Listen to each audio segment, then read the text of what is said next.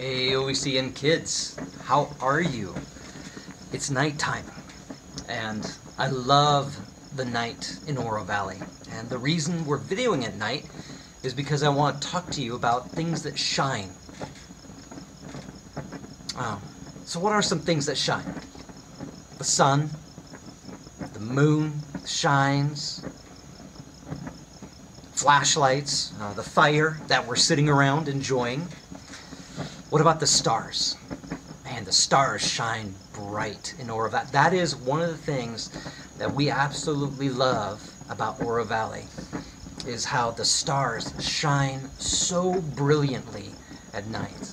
It is beautiful, and every night they come back out for a huge display of beautiful, beautiful light.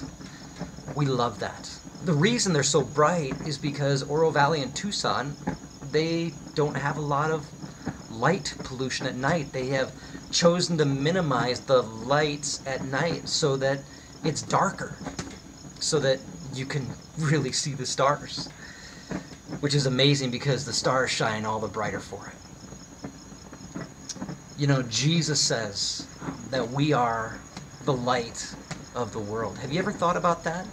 What that means to be the light of the world? How are we the light of the world? How do we shine that light that Jesus is talking about? Have you thought about that? Well, I want to give you a couple passages to think about. And the first is in Matthew chapter 5, verses 14 through 16. And it says, "You are the light of the world.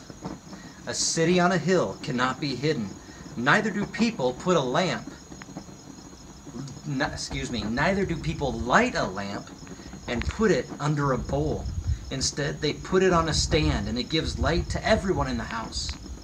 In the same way, let your light shine before men, that they may see your good deeds and praise your Father in heaven."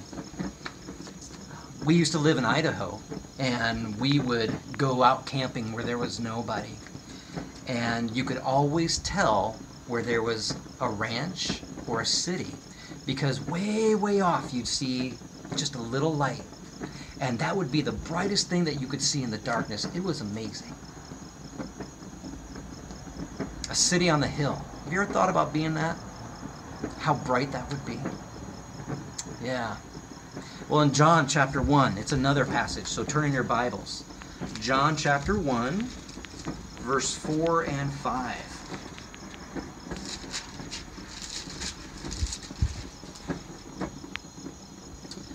And it says, "In him," which is Jesus, "was life, and that life was the light of men. The light shines in the darkness, but the darkness has not understood it." Jesus is the light of men. What do you think that means? Let's go a little further into the New Testament. How about Galatians chapter 5? So head there in your Bibles. Galatians chapter 5.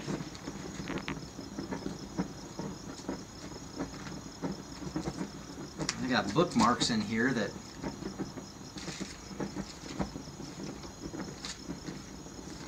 there we go. Chapter 5, verses 22 and 23. And it says, "But the fruit of the Spirit is love, joy, peace, patience, kindness, goodness, faithfulness, gentleness, and self-control. Against such things there is no law." Have you ever thought about those things and how those things are light? So, who is the light? Well, it's you and me, right? Jesus calls us to be the light of the world. But who is the source of light? That is Jesus. And who is the world that is dark? What does that mean? That means that there's a lot of people that don't know who Jesus is. It's darkness. And he calls us to be light by being love and joy and peace and patience and kindness and gentleness and self-control. Those are the kinds of things that help us shine Jesus' light to everybody around us. So, a lot of things today are uncertain. You could say things are kind of dark. But do you remember when I talked about the stars of Oro Valley and how because of the darkness the stars shined all the brighter? Kids, this is a great opportunity for you, your light, to be shining all the brighter in this darkness. I want you to think about that, even just with your family. How can you shine Jesus' light to your family? Now, it's not you making the light, is it? It's Jesus working through you. And that's important to remember because we're not very good light makers on our own. The light comes from Jesus within us. That's the fruit of the Spirit. The love, the joy, the peace, the patience. That's what God works in and through us. The closer we become to Jesus, the more we are showing those things. Brilliant stars shining His light. City on a hill. Awesome, awesome stuff. But I think about us, kids, how you can help.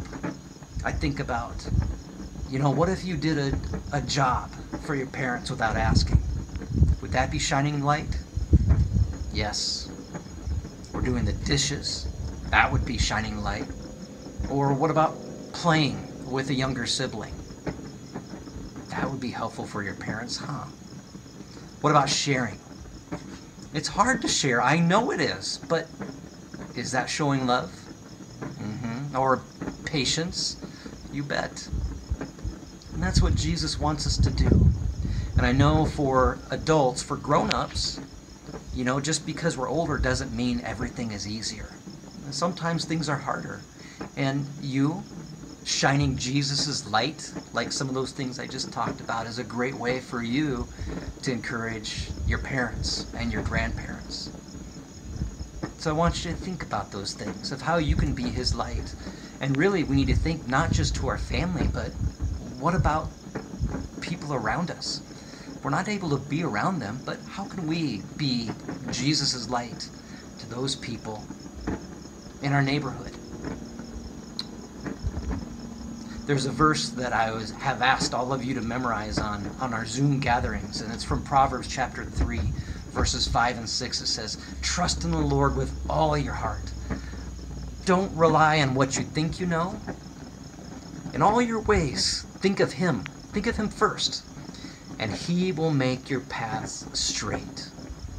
And I think that is something that really helps our light to shine the brightest, is when we're trusting Jesus with our heart. And we're giving Him those things that we don't know about and that sometimes scare us or worry us. And when we give those things to Jesus, He fills us with hope and joy overflowing. So that, like the stars in Oro Valley, we are shining His light. Stars of the world. Jesus stars. It's a beautiful thing.